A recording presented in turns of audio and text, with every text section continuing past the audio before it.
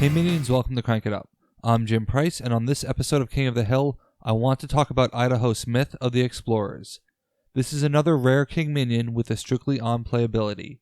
Idaho Smith will permanently increase the number of bases in play if you choose to activate his ability. The next part of the ability could have been worded better, as some people might stumble on whether or not the movement is optional. The easiest way to read this card is to replace the comma with "if you do," as in, you may play the top card of the base deck. If you do, move this minion and any number of your other minions here to there. Playing the base is optional, but Idaho Smith's movement is mandatory if you do play it. However, the other minions only move if you want them to. At a high level, there are two schools of thought with this card that I've seen. The first is that more bases equals more opportunities you can take advantage of and spread your minions further. I disagree completely. I subscribe to the other school of thought, and I'll state it simply. In my opinion, if you don't play this card and attempt to break a base by yourself, you are using Idaho Smith incorrectly. And this is easier said than done, which is why I love this card so much. It's an optimization exercise. It's also easily counterable with cards like Shinobi, but I strongly believe that Idaho Smith is intended for a solo big play, and you need to plan this accordingly. I've had many conversations with players where they describe Smash Up as a tactical game rather than a strategic game. I disagree completely, mostly because I'm of the opinion that tactics implement strategy. I think the Explorers are a perfect example of a faction building towards something the entire game, with Idaho Smith being the payoff. It's completely plausible and very realistic that you will break a base by yourself with this card, assuming no specials thwart you, but you have to answer two very important questions. What base and how much are you willing to pay? I believe in a general rule that you should never play Idaho Smith unless you know what you are putting into play. Depending on what bases are in the deck, it can backfire. You really don't want to be grabbing a ninja base with a limited first player bonus, and with the Explorers they have ways to make this happen. The Glory Hound gives you 4 chances to understand what is coming. Unfortunately, Lost City doesn't help with this regard, but Moon 03 seems like the perfect match to gain the certainty that you need. Trust me, knowing what you're getting really matters. Quite recently I was playing the Explorers when it seemed like all my Glory Hounds were on the bottom of the deck, which they were. I decided to play Idaho Smith anyway because I was minion starved and I had a lot of actions with power, so I should be able to break the base with just 2 minions. So what base comes out? Rhodes Plaza Mall. Probably the worst base I could have expected since I didn't want to use all my cards for 2 points. Worse, I'm playing against mythic horses and their mass movement cards.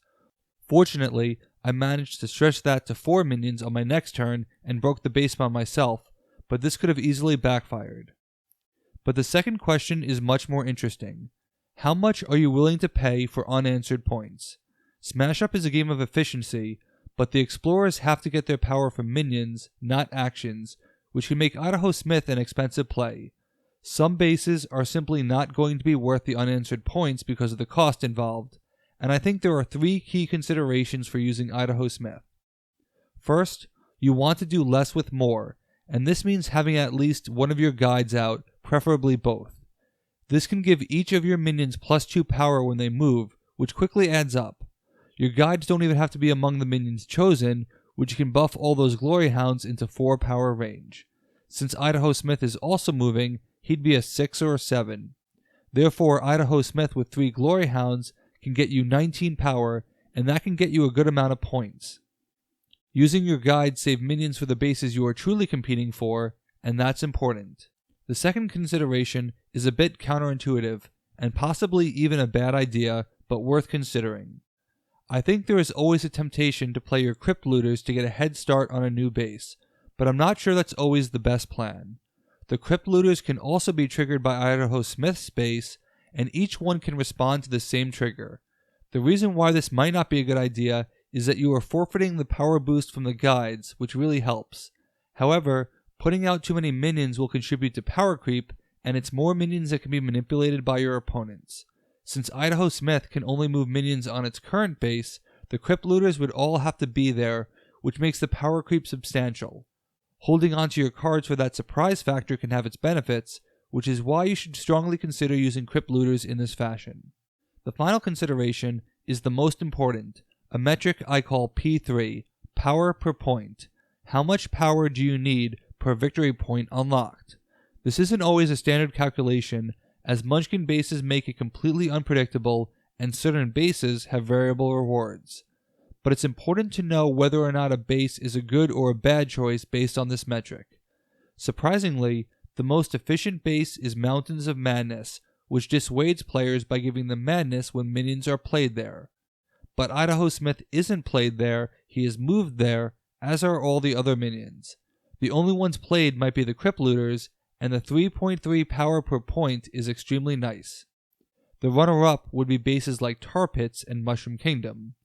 Tar Pits is my usually go-to terraforming base for the same reason, but both bases have a 3p factor of 4. Others in that range have drawbacks to playing there, like Worm's Desolation. But there is a good amount of bases in the 18 range that provide 4 points and would make for good targets. It's actually a bit counterintuitive. I would have thought that a low breakpoint base that gives 3 VP would make for a good target. After all, this would be easier to orchestrate. But most of the 3s are remarkably inefficient, with 2 bases tailor-made for Idaho Smith, Ice Castle and the Vats being the only one with a factor of 5. Of course, base abilities can make it easier to break them, but the general takeaway is that you shouldn't even consider using Idaho Smith unless you can create at least 20 power. Of the 112 non-Munchkin bases to date, this would break 65 of them. At even 1 less power, that number drops to 39 for 19 power. Yep, having a spreadsheet makes this easy. This fact makes Idaho Smith one of the rare king minions that I wouldn't use early in the game, because doing so would be inefficient and wasteful, making it harder to compete for the rest of the game. Additionally, you'd be painting a giant target on your back in a multiplayer game, which can hurt you as well. I think the explorers really benefit from card draw and card advantage, as the extra cards would help you create the engine you need to be efficient. Other cards that will help are I Said No Camels to increase the power of all minions there, as well as You Call This Archaeology to keep a powerful minion in play. Maybe you can move a guide after all. Power counters are a decent fallback option, but they may contribute to power creep and prevent you from having the minions out to make your big play. The more abilities you can use on your turn to be efficient, the more Idaho Smith succeeds. I really like the magical girls here, as Walking Castle lets you move minions from a completely separate base and reduce the power creep. By consolidating all your minions on one base, you can unlock their talents for further breakpoint reduction as well as minion recycling. Idaho Smith is a great card to bury because it gives you that one extra minion play. If you are concerned about losing access to Idaho Smith, then bury a different minion and make Idaho Smith your regular minion play. If you can move several mummies over to one base, they can all bury themselves on other bases for a great head start after. The mythic horses have the perfect action for such movement, with super future space armor power, as it can easily make up for the crypt looters not moving.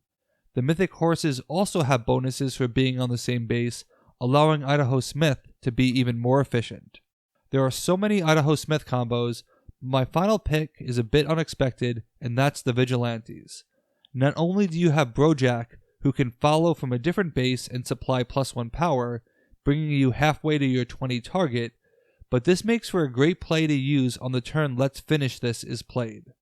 Let's Finish This is the type of card where, at a certain point, players will just concede that they have lost and will just want to ensure that they get some points.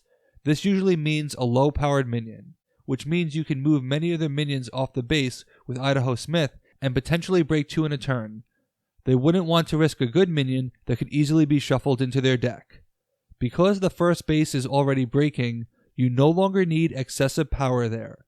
As a backup plan, on a 4-3-2 base, you could intentionally go for second place and use the Revenge to move your minion to the Idaho Smith base, breaking that base after. I mentioned earlier that the Explorers are a long-term strategy faction, and the Vigilantes have the minion recursion, card draw, and deck searching to ensure that you get your right cards to use Idaho Smith effectively, possibly twice. Idaho Smith is one of the most satisfying plays in Smash Up, and you should be able to pull it off every game. but if you do, make sure that it is completely worth it in terms of efficiency. Breaking a base solo is great, but overpayment can cost you the game. Don't let the long-term planning be an obstacle, because Idaho Smith is definitely worth it. I would understand if you use this card differently, and if you care more about the extra base than breaking it solo. Which side of the debate are you on? Let me know in the comments.